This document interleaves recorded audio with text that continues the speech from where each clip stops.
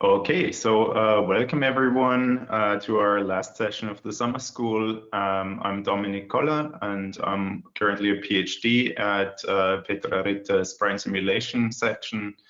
And we are going to explore cortical traveling waves today and try to understand their underlying principles. Okay, first of all, let's see. Okay, so first of all, we're gonna have a look at what traveling waves are, where they are, what their function is, and what could possibly go wrong in a clinical setting. And in the second part, we will have a look at mechanisms, how to model traveling waves, and in the last part, I will tell you a little bit about my current research in which I'm trying to understand how the structural connectivity guides traveling waves. So, but first, to get everyone into the right mindset, I would like you to answer this question: what are brain waves? And by brain waves, I mean classic rhythms such as alpha, beta, and gamma. Tell me what you think. Are they oscillations or waves? And you can respond by using either this QR or just the link down below. I hope that works out. It did last time, so I'll give you a few seconds. Oops.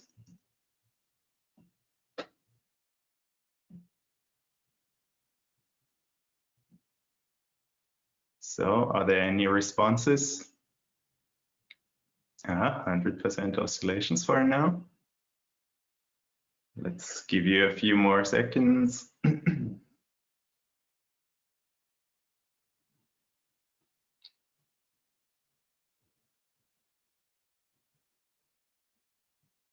Okay, not much is changing here, I see. So, okay, I guess you maybe got the idea that this was rather a trick question because there is no right or wrong answer to this. If you search for brainwaves on Wikipedia, you get to the disambiguation website, and if you follow the link to brainwaves, you end up on the page for neural oscillations. And it says in the first sentence that neural oscillations or brainwaves are rhythmic or repetitive patterns of neural activity. Now, as you can already see, this hints at the fact that traditionally neuroscience has viewed these classic brain rhythms as oscillations. However, more recent evidence has sort of rectified this term in the sense that it started to show that all of these classical brain waves are actually traveling waves, and therefore has sort of shown the real nature of brain waves. And to understand the subject a little bit better, let's first talk about what are traveling waves in general. So traveling waves are basically, I guess the most intuitive way to explain them are ocean water waves that you can see here in the background, and they travel from offshore to the beach. And more specifically, the definition of a traveling wave would be a disturbance in space and time that is organized regularly. So in this illustration here, you can see an illustration of such a wave, and you have a space and a time axis, and the wave is propagating through time and has this shape in space. And waves can usually be classified or characterized by a couple of properties. One of them would be the amplitude, which is the magnitude of the disturbance. And another one would be the wavelength, which is related to the spatial frequency of these waves. One further property would be the temporal frequency, which if you look at, for example, one point, how often does the wave cross this point in a certain time period? And lastly, you would have the wave velocity, which describes the direction of the wave and its speed.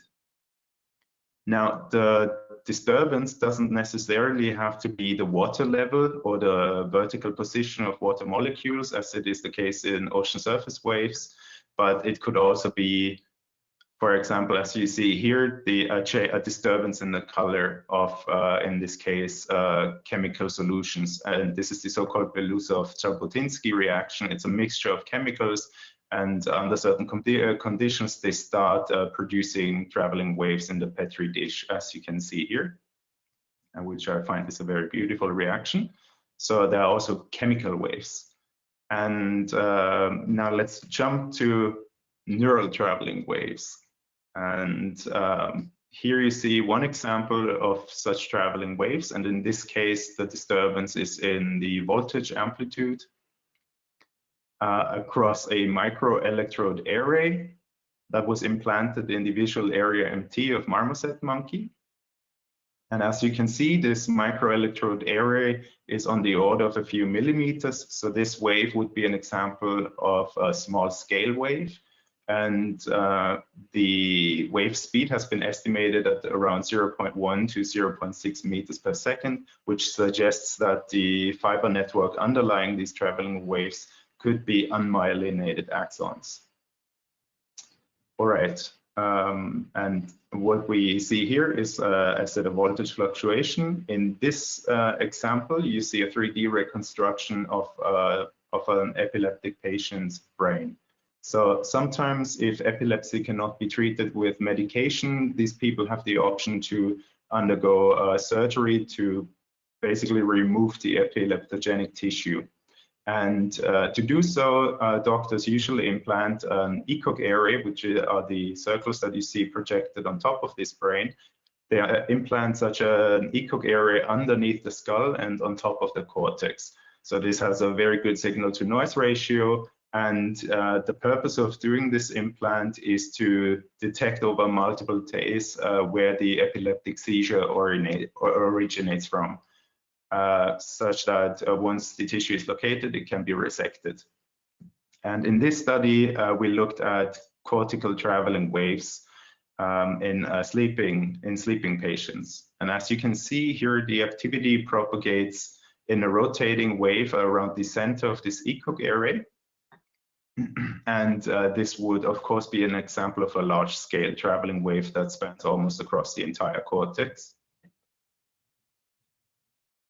And as you can also see on the slide, the wave speed of this rotating wave has been estimated at about 2 to 5 meters per second, which is much faster than the example that we saw before. And this suggests that the underlying fiber network that produces this traveling wave is actually myelinated axons of the white matter fiber tracts.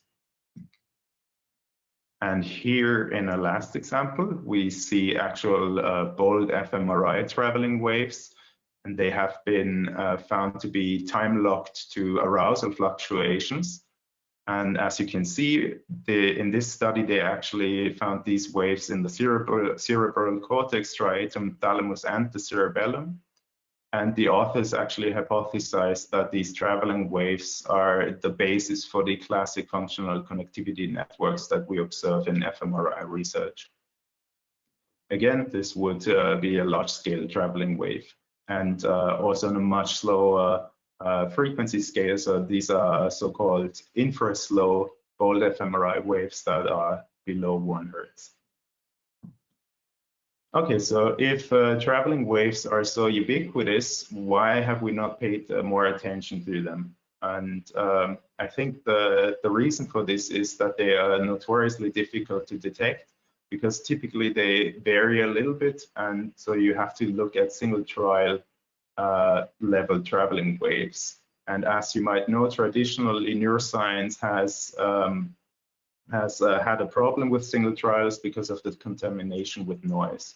And to ameliorate this issue, usually what we did is we trial averaged. So we took the average across all single trials to identify a common activity. So here in this example, you see the recording sensors have been ordered spatially, and you see the activity in time is tilted here, which is usually indicative of cortical traveling waves or traveling waves in general. And if you have multiple such trials and you add them together to get the trial average, you end up with a picture like this. So as you see in each single trial, you would observe traveling wave behavior, but in the average, you maybe see a bump that is common to all of these single trials. So with more recent advances in technology and analysis techniques, we have sort of solved this issue, or maybe not completely solved, but we ameliorated this issue. So nowadays we're better capable of detecting such waves and analyzing them. Okay, so what could be the possible function of cortical traveling waves? And that is the question to you. So if you might want to answer, and I think this kind of time you can use multiple words. So I'll give you a few seconds to answer. Again, you just follow this link and type in what you think. Just buzzwords are enough.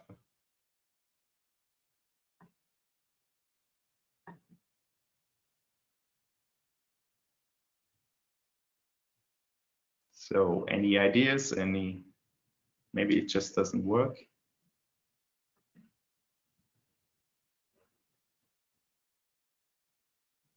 Okay, then let's just take it as a question you might want to think about, and I give you a couple of examples. Very shortly.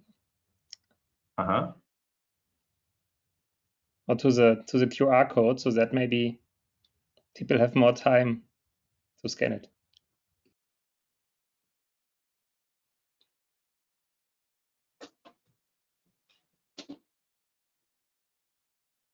So does that work?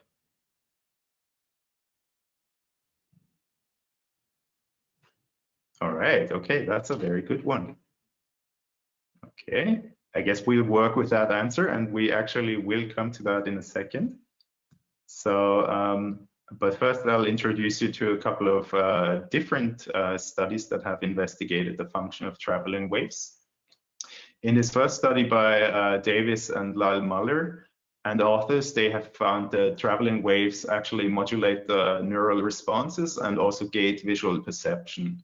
So in this study, they trained monkeys to first focus on the center of a screen, then they would hold the fixation, and after a random duration of time, the monkeys were presented with a faint visual stimulus, a faint visual target stimulus of a duration of 200 milliseconds, either on the right side or on the left side of the screen.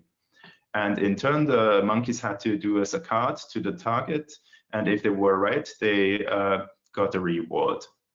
So when the authors investigated what happens in the spontaneous activity before the target showed up, they found that this activity actually propagated in waves, and this is what we've seen before. So a microelectrode or microelectrode array implanted in the visual area MT.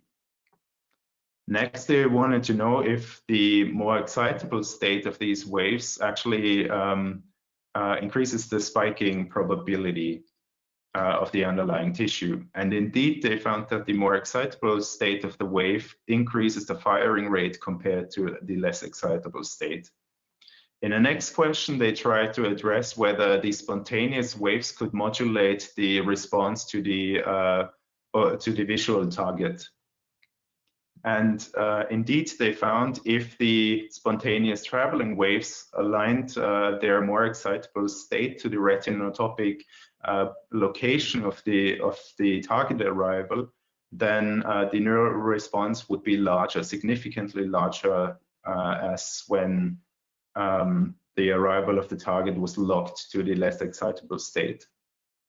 And remarkable, they found when they investigated trials where they could not detect any waves, that this was not the case. So it seems that traveling waves specifically would modulate the response to this visual target and therefore gate perception.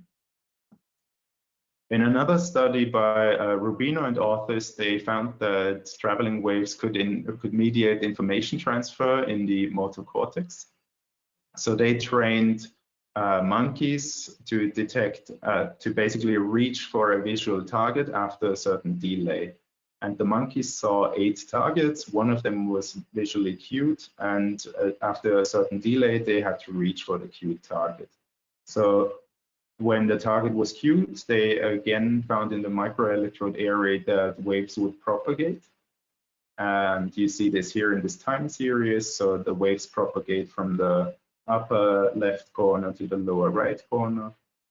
And not only did they find traveling waves propagating across this microelectrode array, but they also found that properties of the wave, such as the wave latency and the wave amplitude, actually contained information about the target direction.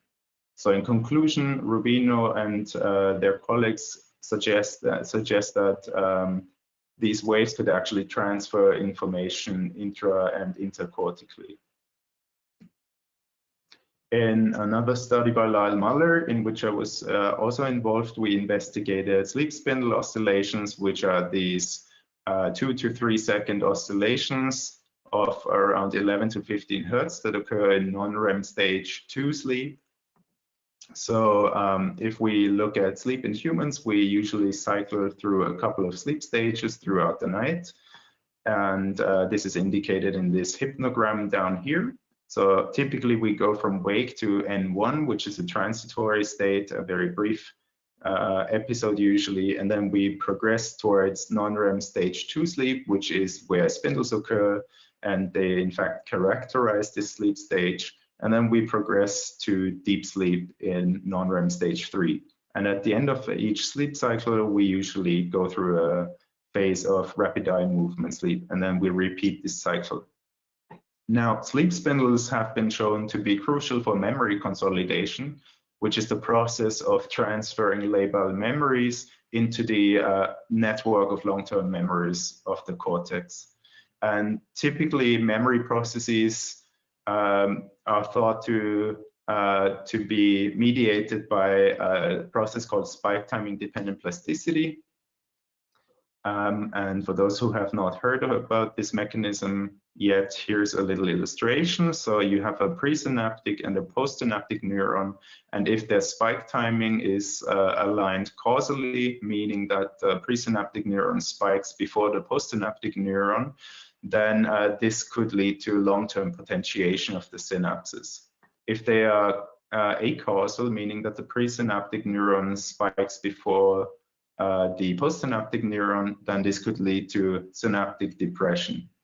And these synaptic changes depend on the precise timing between those spikes. So the closer these spikes are to each other, the larger the changes, as you can see in the figure in the bottom. So in this study, we hypothesized that cortical traveling waves during sleep spindles might provide the perfect spatiotemporal framework for spike timing dependent plasticity to occur. And to give you a more concrete example, so here in the schematic, we have two brain regions, A and B. A is connected to B with a time delay of 20 milliseconds. Now, if the sleep spindles, the population activity in both regions are synchronized, as indicated by the graph here, then the spikes, which are usually locked to the more excitable state of spindles, would occur simultaneously. However, because of the time delay between region A and B, the spiking activity in region A would only occur a couple of milliseconds later in region B and elicit excitatory postsynaptic potential. So because of this timing relationship in timing, this might lead to synaptic depression or no changes at all. So considering the same situation with a rotating wave, as we have found in these people with epilepsy, the rotating wave would lead to a shift between those oscillations. Again, the more excitable states of these waves would time lock spiking activity, but this time, because of the shift in time, we see that the spiking activity from region A arrives a couple of milliseconds later again in region B, but this time the spiking activity occurs in region B simultaneously with the postsynaptic potential, and thus this mechanism can lead to association between the areas due to synaptic potentiation. So in summary, in this study, we hypothesized that traveling waves could mediate spike timing dependent plasticity in memory processes. So overall, we have found that cortical traveling waves are ubiquitous throughout the brain. They have a significant role in certain processes such as memory and in visual perception, as well as in information transfer in the motor cortex. And there are many other studies that have investigated their function and have found them throughout the cortex. Now, next, I want to address what could go wrong in a clinical setting with these waves. So how do certain pathologies affect cortical traveling waves? So in one study by Alexander and colleagues, they investigated for people with first episode schizophrenia, and the subjects were asked to participate in the so-called auditory oddball task, which is a task where the subjects listen to a regular low tone that is interspersed with infrequent high-pitched tones. And for those who don't know, it sounds a little bit like this. I hope you can hear that.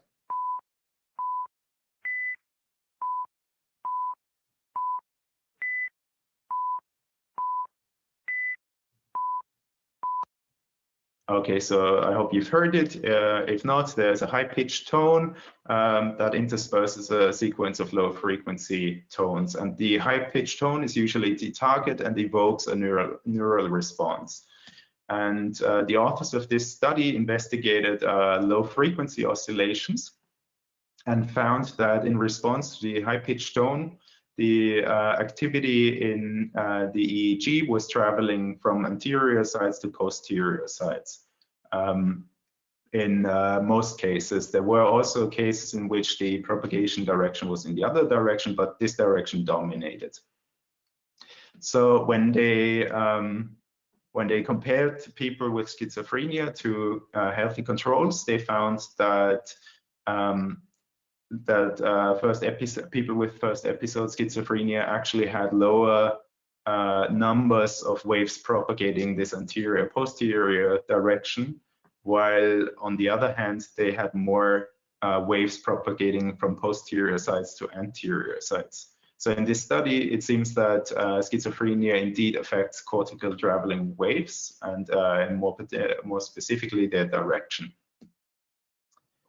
In a distinct study by Castelnuovo and colleagues, they investigated schizophrenia first-degree relatives and had a close look at their sleep. So again, they looked at this time slow waves, which are these large voltage fluctuations that occur in non-REM stage 3, which is also known as deep sleep. And they have, as the name suggests, a very low frequency of 0.5 to 2 Hertz. And as a matter of fact, these are actually also the largest voltage fluctuations that occur in the human brain. These waves are known to propagate through the frontal lobe from anterior to posterior sides, and they are also known to globally regulate connectivity and excitability.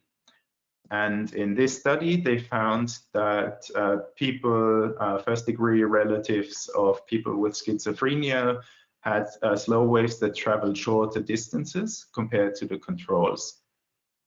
And viewing schizophrenia as a disconnectivity syndrome, this actually makes sense, possibly due to inefficiency of the long-range connectivity. And here comes, I guess, the one that was suggested right at the beginning of this section, which is a classic example of traveling waves, which is the ictal wavefront in people with epilepsy. So the ictal wavefront spreads out of the focus of the epileptogenic tissue and occurs during seizures. And as you can see in this graph here, seizures, I don't want to say occur rarely, but they do occur less frequently compared to another event in people with epilepsy, which are so-called interictal epileptiform discharges that are indicated in black here, which are a lot more frequent. And in a recent study, Smith and colleagues have found that these interictal epileptiform discharges are actually also propagating waves. So they investigated, again, microelectrode arrays in these people with epilepsy and found that these IEDs propagate through this array. And when they compared the direction of propagation of those interictal discharges they found that they actually propagated in the exact opposite direction of the ictal wavefront. And as someone else suggested here, and also the authors of this paper suggested, this could be exploited to better identify the location of epileptogenic tissue for further resection in a surgery. Okay, now one last example, again by Alexander and colleagues. They investigated traveling waves in people with attention deficit hyperactivity disorder. They again asked the participants to do the auditory oddball task that we just saw, and this time investigated a broad frequency range from low frequency to the gamma range. And when they compared the strength of wave activity between ADHD and controls, they found that waves were less pronounced in people with ADHD compared to the controls, as you can see here in the difference, and especially for very low frequencies.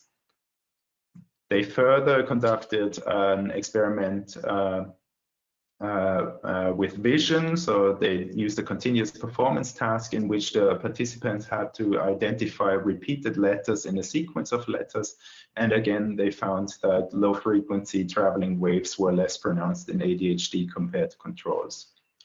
So in summary, while there are only very few studies that have investigated the relationship between traveling waves and pathologies, those that do actually find consistent changes in certain paradigms and in different waves from large scale to small scale. And next, I want to talk basically about the main topic of this lecture, which are mechanisms of cortical traveling waves. But first, I think it makes sense to actually discuss what mechanisms are. And maybe you can recall from Micha's talk that he has shown you several different definitions depending on the perspective that people chose. So I already disclaimed there is definitely no uncontroversial definition of mechanism. However, to work with something, I have chosen this one, which is a very broad definition by Ilari and Williamson, which says that a mechanism for a phenomenon consists of entities and activities organized in such a way that they are responsible for the phenomenon. Now, entities are the parts or component parts. Activities could be interactions and component operations. And so to basically identify a mechanism or understand a phenomenon, we have to decompose the phenomenon into entities and activities. Now, let's see if this works, if someone likes to respond. Here's a question, what are the entities and activities generating ocean surface waves? And you can stay on this web page and the question will change. So just throw out whatever buzzwords come to your mind. I'll give you a couple of seconds. What could underlie the generation of ocean surface waves? Okay, currents, yep.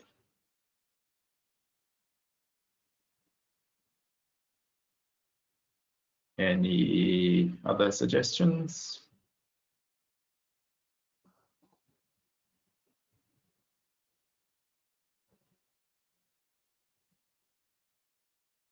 Seems not, so let's just move on. Okay, so what is the mechanism underlying ocean surface waves? And in particular, if you look at wind-driven surface waves, it is typically thought to be the wind that blows across the surface of the ocean. And as you can see in this background video, the waves actually propagate towards the shore along the wind direction. Now, if we want to decompose this phenomenon of wind-driven surface waves, what would be the entities and activities? I guess currents can be a part of that if we're not looking at wind-driven waves. So that's a good suggestion for ocean waves in general. However, in this mechanism, I would say it is the entities would be air molecules and water molecules.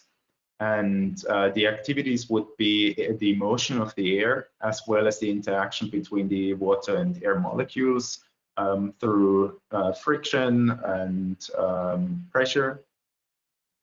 But if we look at this more closely, we also have to look at different scales. So just briefly, because this is not a talk about ocean surface waves, but briefly, atmospheric fluctuations in pressure, so turbulence in the atmosphere actually causes ripples on the resting surface, which results in so-called capillary waves.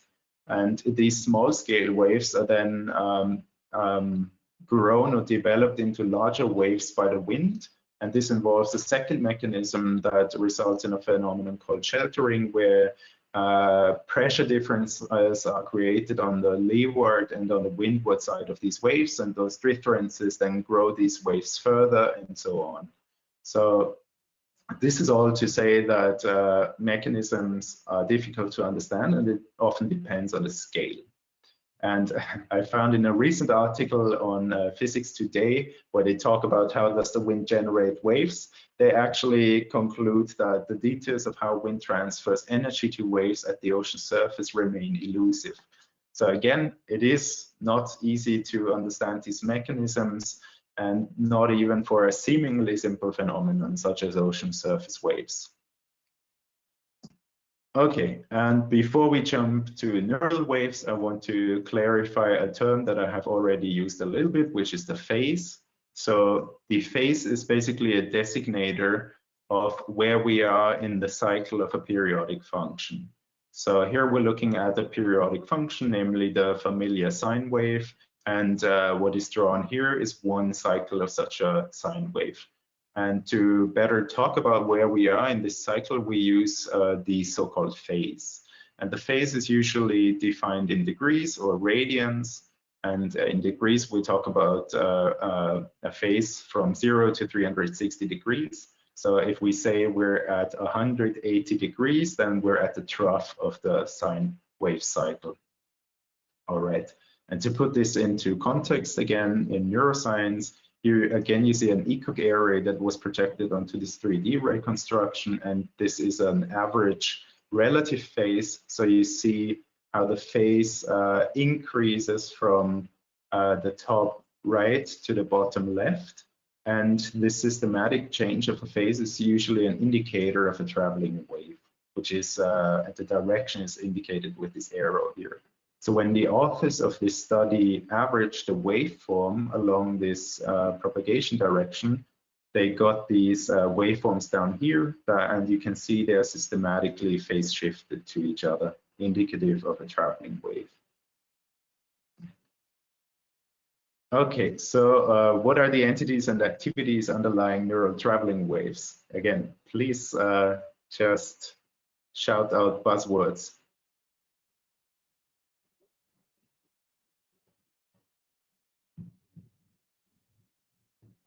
Yep. Neurons, for sure. Any other entities, activities that you could think of? Just speculate wildly.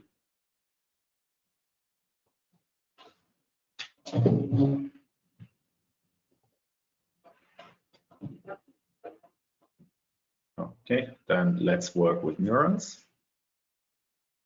So neurons could, okay, there are actually a couple coming here. Neurons, local fields, I guess that's local electric fields, connectivity. Yes, absolutely right. So I guess you got it quite right here.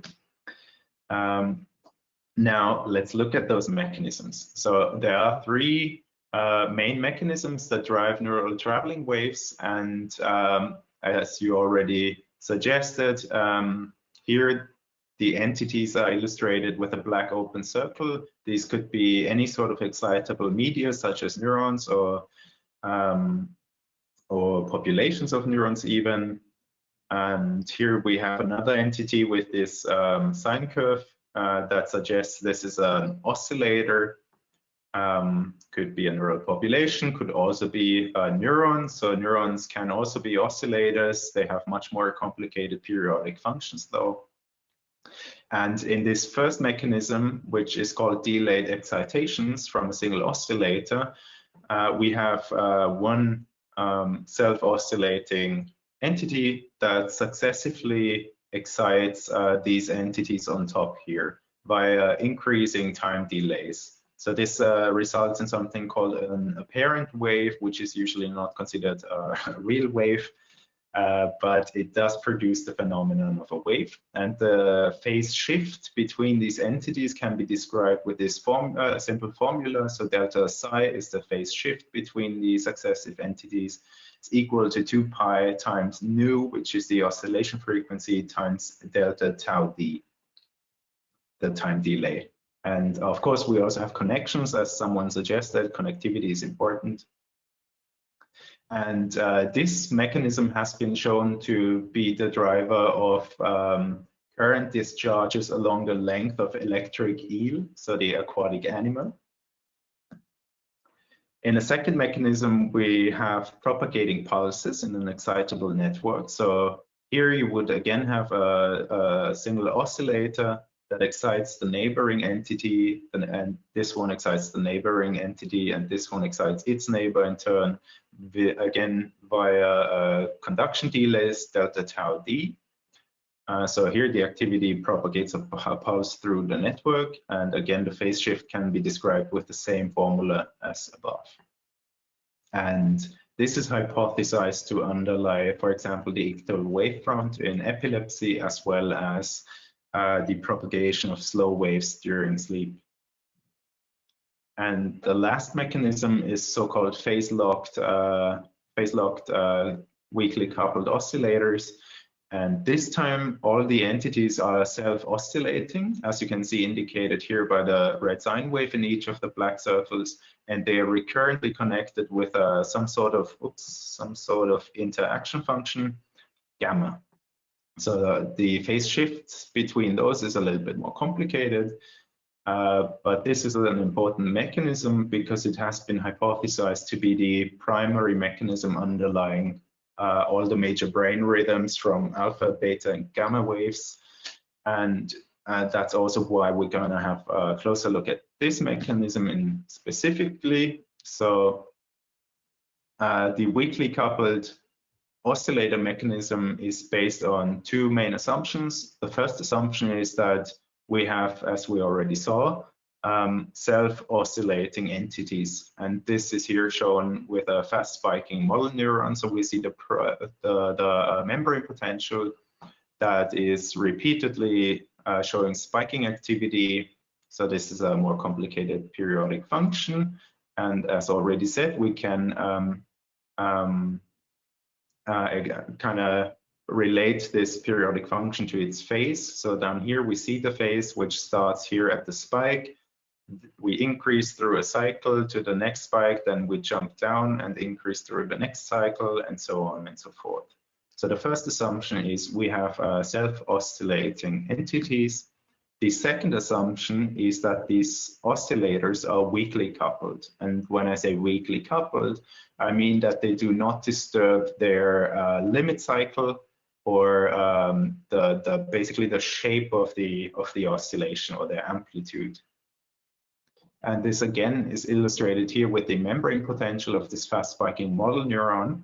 So down here in blue, you see a stimulus that is injected into this neuron at about 60 milliseconds. And the dashed line represents the changed timing of this oscillation. So the shape is not changed, but the timing of the limit cycle can be changed. And in this case, you see a phase advance from its original cycle to an earlier or shorter cycle. And below here, if you inject this current at all of the phases of the cycle, you can actually find something called the phase response curve. So again, if we look at this 60 millisecond injected stimulus, we get almost the largest phase response, and in this case, a phase advance. If we would have injected the stimulus at millisecond 40, there would be almost no change in the phase. So we can actually derive this phase response curve experimentally and further use it to derive a weakly coupled oscillator model by phase reduction, and then end up having a phase model. And if you are interested in the details of how to do that, I can highly recommend this paper by Bart Ermentrout and David Kleinfeld, which talks you through how this is done for a neuron. And in general, if you're interested in traveling waves, this is a very good starting point. Okay, so the phase model, and here it is in its general form, describes complex systems such as, for example, this fast spiking neuron that has many state variables by just one state variable, namely its instantaneous phase theta. So the rate of change of this phase of an oscillator I can be described as its intrinsic frequency, so the one that is produced by this oscillator oscillating itself, plus the sum of the interactions with all other oscillators in this network. And this interaction, gamma here, depends on the specifics of the model that you're investigating. Now, it has been quite useful to replace this interaction function with a sine curve, which results in the quite famous Kuramoto model. And additionally, we get a coupling strength parameter that scales the interactions. And this model has been used throughout the sciences to explain multiple phenomena, and especially synchrony.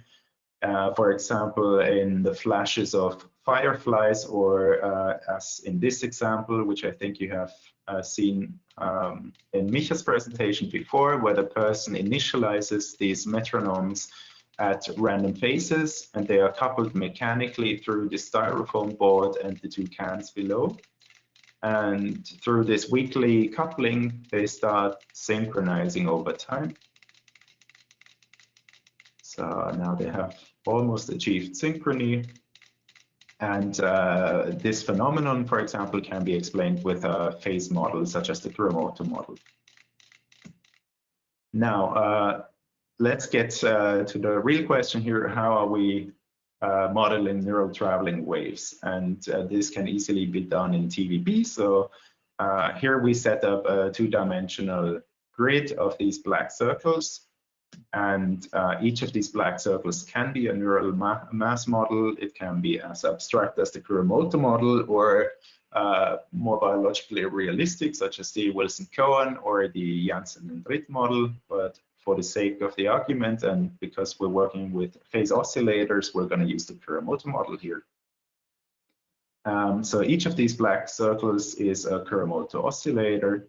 And we want to connect them first with all-to-all connectivity, which is illustrated here for one region that connects to all the others. And just imagine that all the others also connect in turn to the rest of this two-dimensional sheet.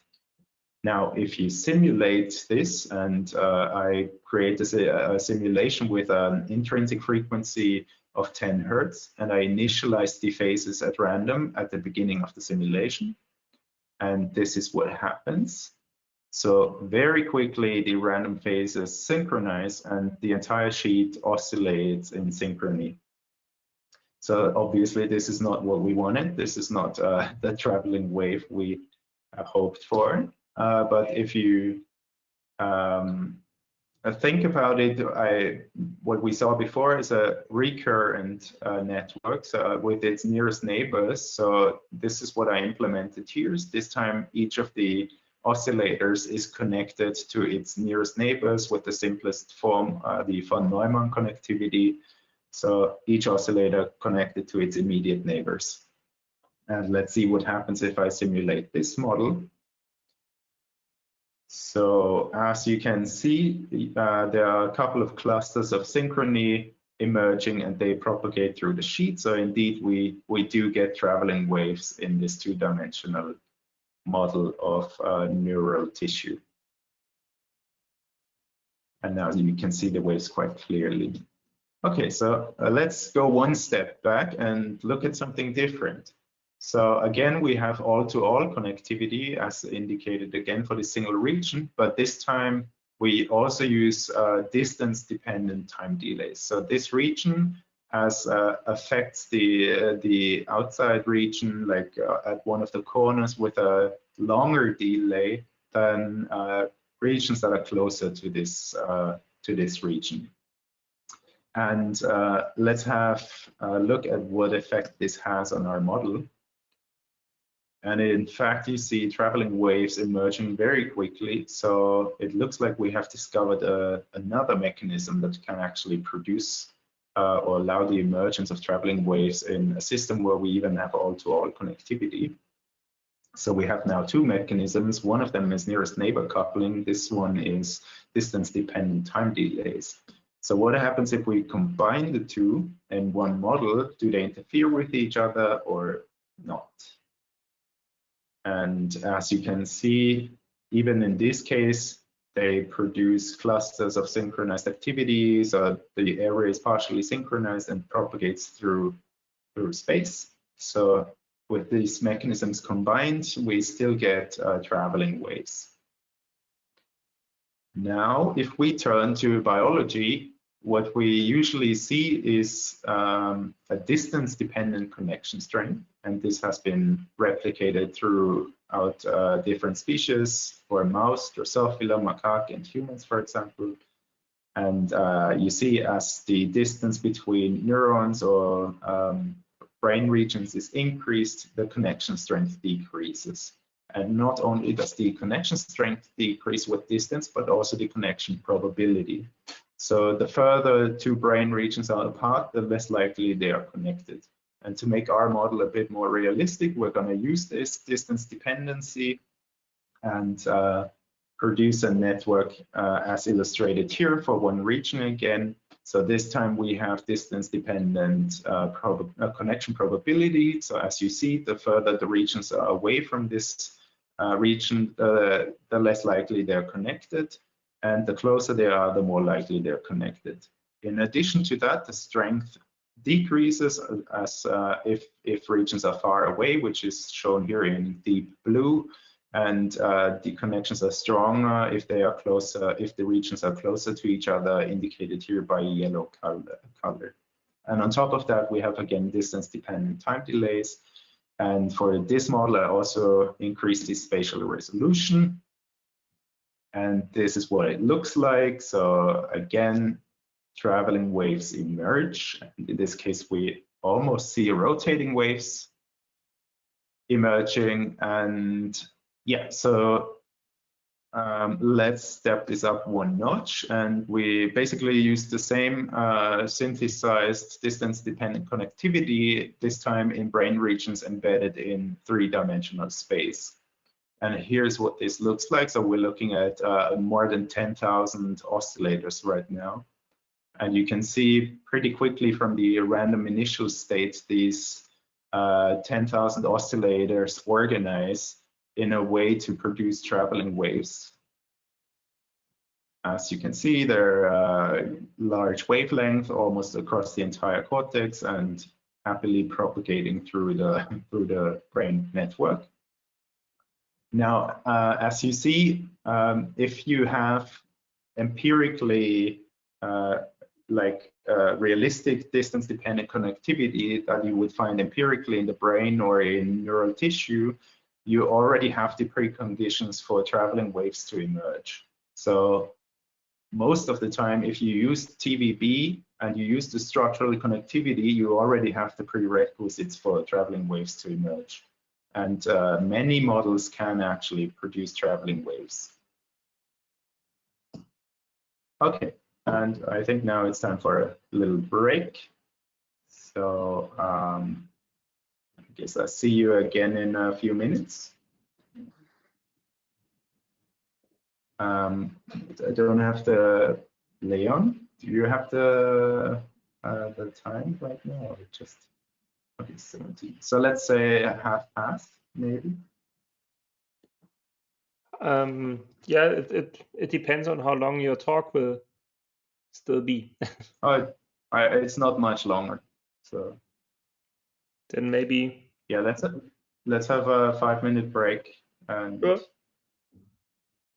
Yeah, I'll be back. And you can use the QR code already.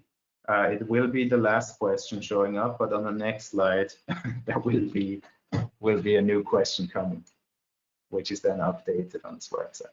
All right, I see you in 5 minutes.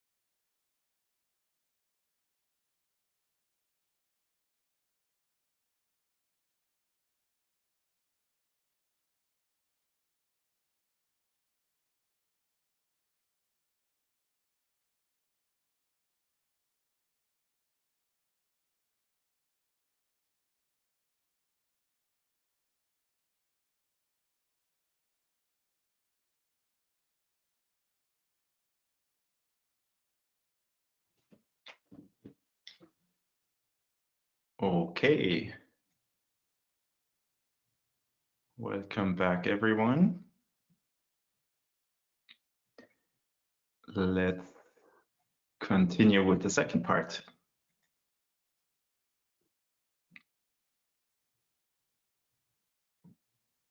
Okay, so to ramp up our brain activity again, just let me know what have you learned. Oh, that does not work. Can you still hear me? Yes. Okay, perfect. but it does not look like the questionnaires or the questions are working. Okay, then we skip through that. I'm not sure if you still can answer because I might look at a couple after the talk. So if you can still head to this page, but I will continue for now. So in summary, we have seen what traveling waves are. We have seen what they look like in the brain. We have seen that they exist on a small scale, as in this case, or on a large scale, as in this case, which propagates almost through the entire cortex, or possibly even through the entire cortex. We have also seen that you can detect them in different modalities, from LFPs to EEG to Bold fMRI, also voltage-sensitive dye imaging, and so on and so forth. Then we have speculated and also talked about the functional significance of traveling waves. So they have been found to modulate neural responses, also to gate perception. They have been found to mediate information transfer, and possibly they play a role in memory processes. And then we have pursued the question of whether pathologies can affect cortical traveling waves, and indeed in the few studies that have investigated the subject, they found that cortical traveling waves are indeed affected by various pathologies. Now, in the next part, we have looked at mechanisms that could underlie neural traveling waves. The first mechanism was delayed excitation, which results from a single exciting oscillator that excites other entities through increasing time delays. Then we have seen another mechanism of propagating pulses in an excitable network that basically propagates in a sort of a domino effect these entities, again via time delays.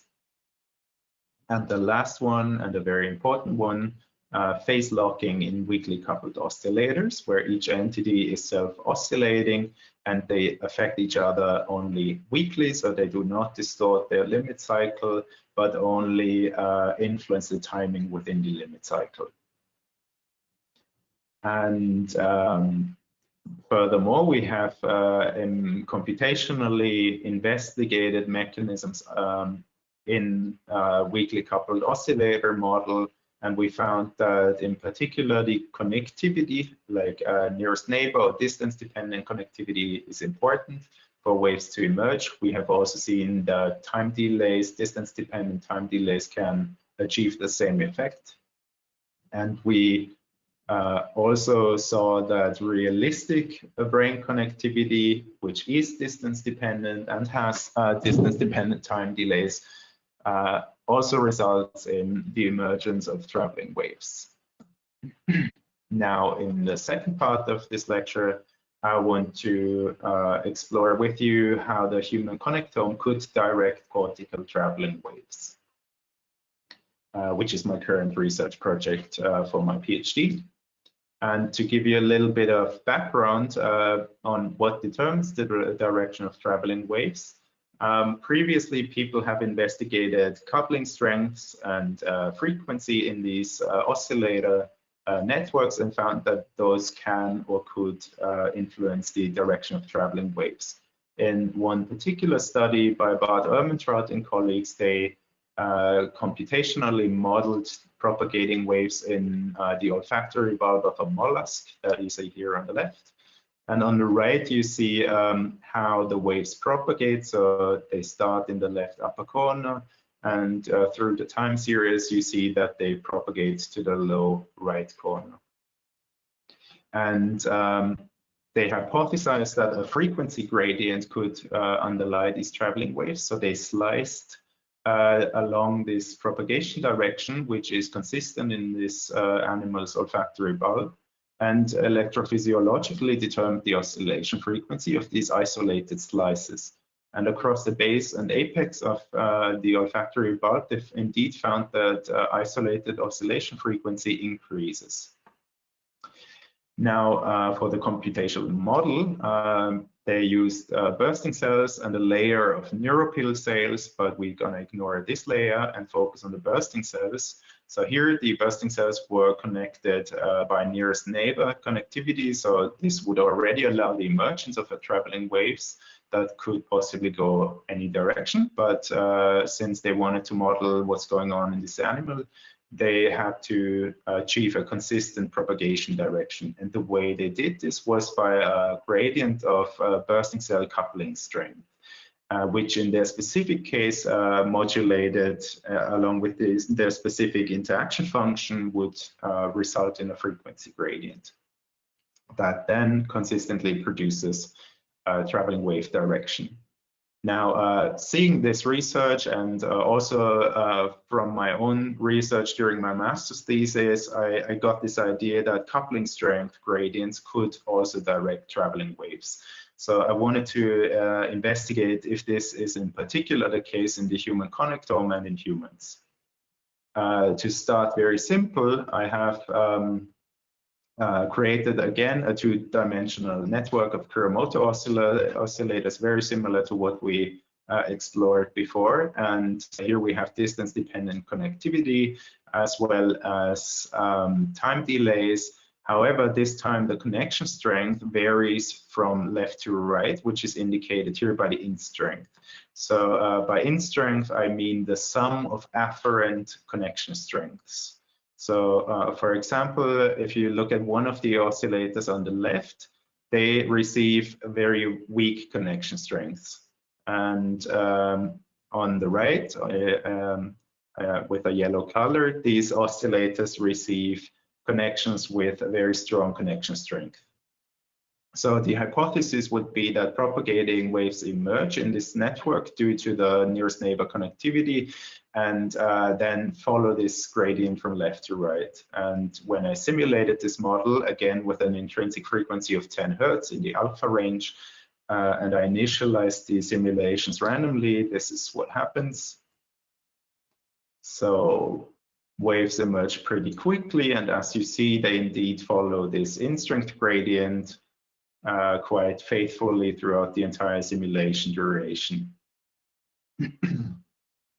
Now, to build a control model, I basically used the same model that we saw before, a two-dimensional sheet with uniform in-strength, so all of the oscillators receive about the same connection strengths. And this results in traveling waves. Here it actually synchronizes. And so as you can see, this control model does not produce traveling waves propagating in a specific direction. Once you repeat these two experiments multiple times, and I did that, I think, 100 times, and plotted their direction in this polar plot, you can see that in the case of the gradient model, most time points and most across all simulations actually point towards the right across the x dimension, while the uniform control model points in all various directions. So it seems that in-strength gradient actually directs the traveling waves. Okay, so in the next step, I wanted to figure out if these in-strength gradients actually exist in humans. So I processed the data of 800 participants of the Human Connectome project, and I used the tractography recordings, which estimates the streams from between different brain regions. And I aggregated those stream counts with the Schäfer atlas in the Schäfer parcellation that is quite high resolution with 1,000 brain regions that are about equal in size. And indeed, I did find gradients of in-strength. So as you can see from parietal, temporal, and orbitofrontal cortex, the in-strength increases towards superior frontal areas and occipital areas. Now, to see if this finding was robust, I actually looked at a couple of different parcellations as well as different cohorts. So in the first case, it's again the Schäfer atlas, this time with 400 regions estimated from a different cohort. And as you can see, you have low in-strength in parietal regions, again, high in-strength in frontal and occipital regions. In a glass pastillation, you see like more orbitofrontal temporal areas with low in strength, high in strength in frontal and parietal areas. And in another high resolution atlas, the Lausanne atlas, you actually see low in strength areas in the temporal, parietal, central areas, again increasing towards frontal and posterior sites. So it seems that the in-strength gradients are robust findings in the human connectome. However, they vary slightly between pastillations and cohorts. Nevertheless, I wanted to see if these in-strength gradients can direct traveling waves in a simulation. So from the in-strength distribution that we saw in the Schäfer pastillation, I would expect the traveling waves emerge in temporal parietal areas and propagate towards frontal and occipital areas. To investigate this question, I actually had to build a full brain network model, and this time each of the 1,000 brain regions in the Schäfer pastillation was connected through the empirically derived structural connectivity of the human connectome project subjects, and each of the oscillators or each of the regions was modeled by a phase oscillator, and I mostly used the Kuramoto model here. And all of the brain regions were connected through time delays, and these time delays were also estimated on the empirically derived average length of the fiber tracts between brain regions, along with the conduction speed of 3 meters per second, which is in the biologically plausible range for these long-range fibers. Now, in this example simulation, I again initiated the Kuramoto oscillators at random phases and assigned them an intrinsic frequency of 10 Hertz, again in the alpha range. And this is what the simulation or model produces. As you can see, traveling waves emerge very quickly, and I would like to think that they actually do follow the in-strength gradients. However, to really figure this out, we need a more robust analysis. And to do so, we first need to detect traveling waves. And the strategy that I chose to detect traveling waves is based on the assumption that we have sources from which waves propagate out, and we have sinks to which these traveling waves propagate. So basically, wave sinks and sources build the scaffold of traveling wave propagation.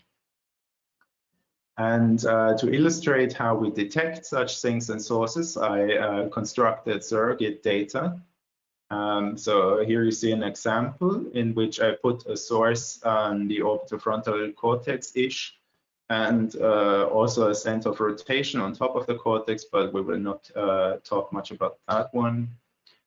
Then I use this time series of activity, apply the so-called Hilbert transform to extract the analytical representation, which in turn gives us the instantaneous phase. And here you see one time point of this instantaneous phase projected onto our brain.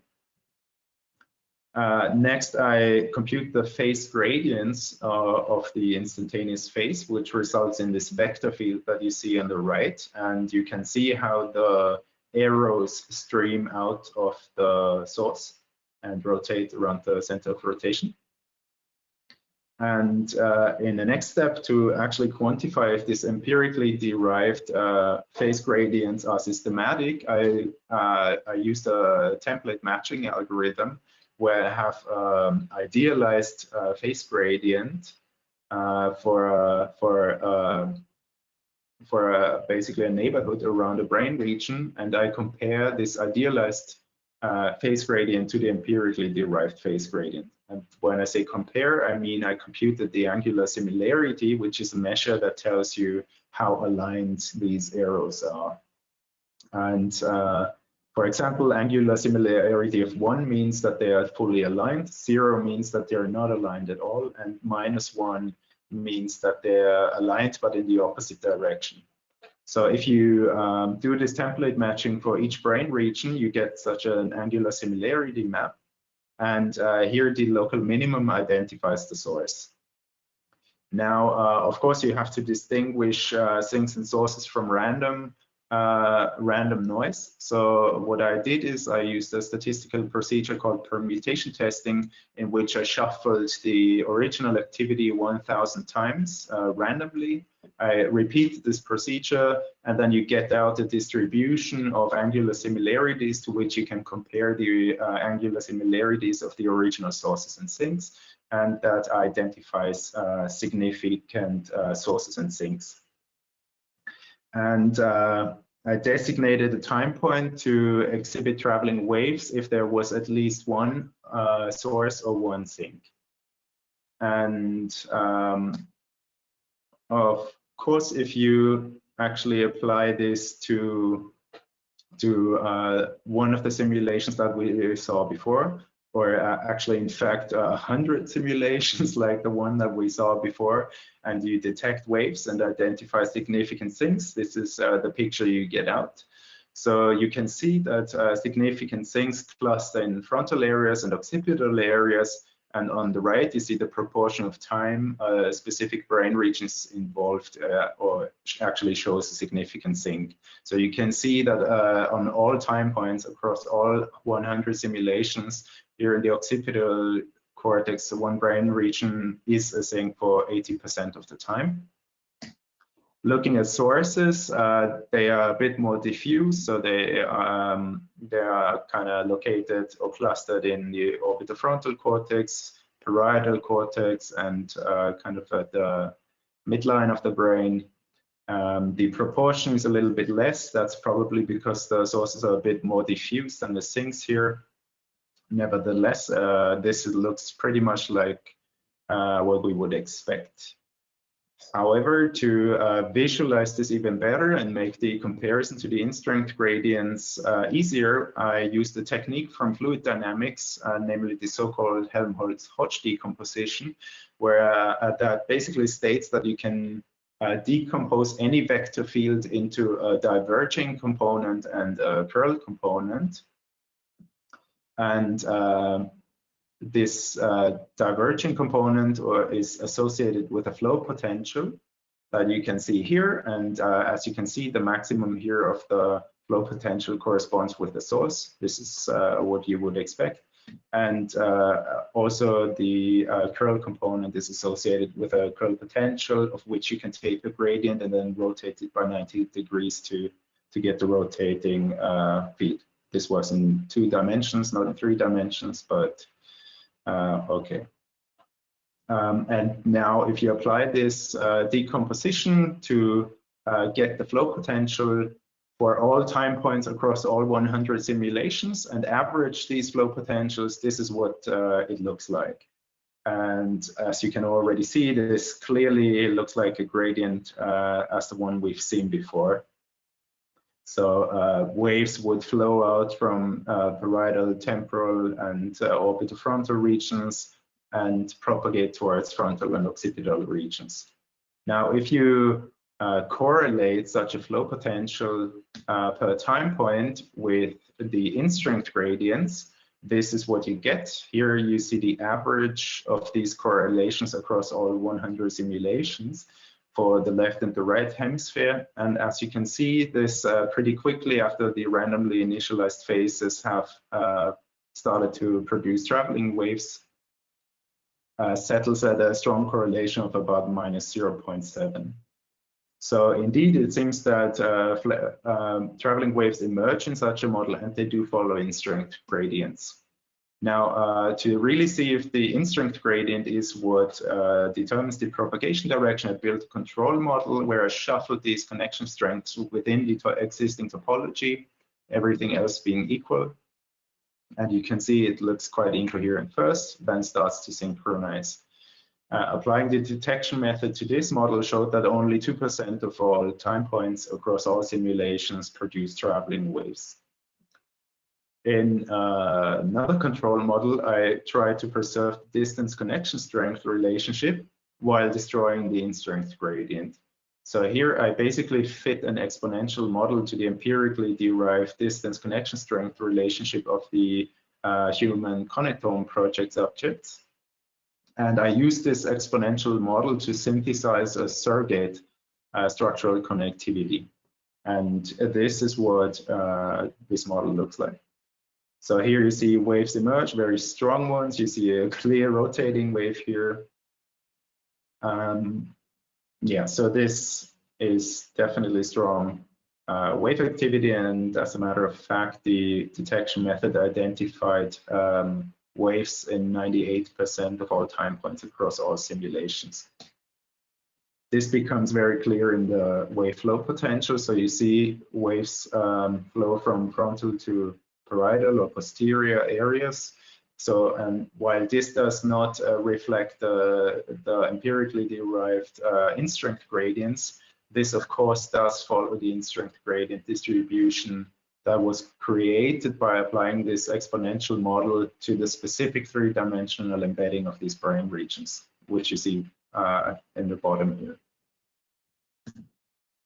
Now, in another control model, I wanted to see if conduction delays are actually a necessary condition for waves to follow these gradients, in-strength gradients. So here everything is equal to the original model, just the conduction delays are removed.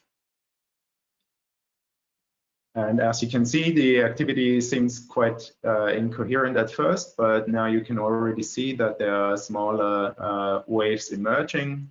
And in fact, the detection method found about 50% of all time points across 100 simulations produces traveling waves, so still a large amount of waves. However, once you correlate the flow potentials to the in-strength, you see across all simulations, they're hovering around 0. So it seems that conduction delays are actually necessary for these waves to follow the in-strength gradients. And of course, you might complain now and be like, yeah, Dominik, this is a very simple model. What about a more realistic model? So of course, I was interested in that question too, and built a control model where I replaced the Kuramoto oscillators with the so-called Janssen-Ritt model, which is a quite realistic model that incorporates pyramidal cells, inhibitory and excitatory interneuron populations. The pyramidal cells excite the inhibitory and the excitatory populations, and the interneurons in turn send back inhibitory and excitatory feedback. And to communicate with other regions, the pyramidal neurons send out excitatory long-range fibers to other regions and get input in turn. And of course, we still have to take into account the weakly coupled oscillator mechanism. So what have we learned? We have learned that the entities need to be self-oscillating. So in this case, I next set the parameters of the Janssen-Ritt model to produce about 10 Hz oscillations when they're isolated. Everything else being equal, I use the same structural connectivity as before, empirically derived. And here's an example simulation of this model.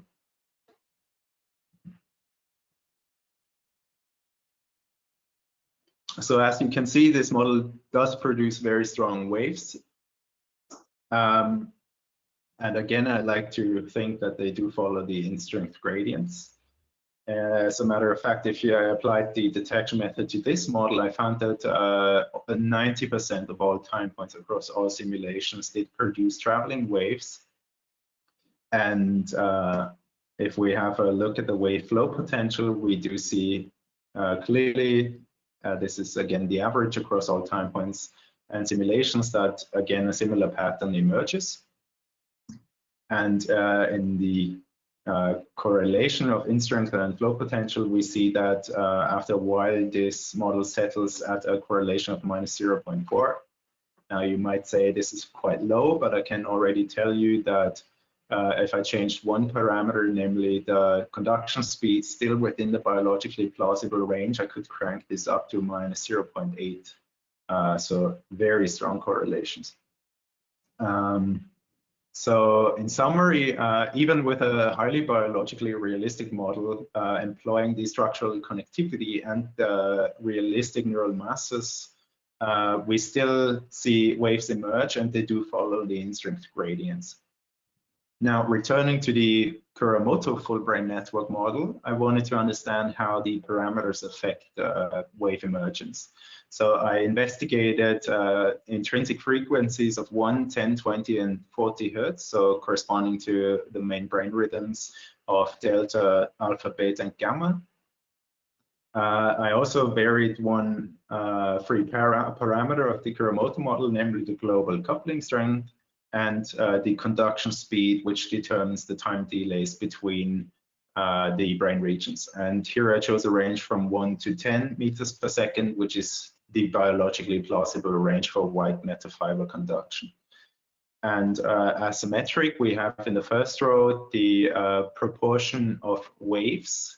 So these are all kinds of waves that can emerge throughout all time points and across simulations. And here per parameter combination, I use 10 simulations because otherwise it's computationally quite demanding. And the second row corresponds to proportion of guided waves. So these are the waves that actually do follow the in-strength potential or the in-strength gradient, sorry. And the last one is the in-strength potential correlation, just to see if something reverts here in the direction, something like that. Okay, so if we have a look at the delta range, left and right hemispheres, we see that throughout all parameter combinations, almost 100% of time points across all simulations show waves, and they do follow the in-strength gradient.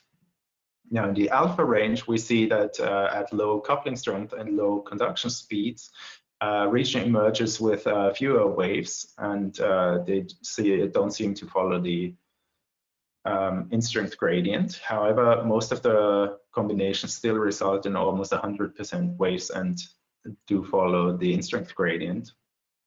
In the beta frequency range, we see this region down here expanding of no waves. And of course, if there are no waves, they don't follow the gradient. However, if waves emerge, they do follow the gradient. And in the gamma range, again, we see the same pattern. So this region of no waves expands.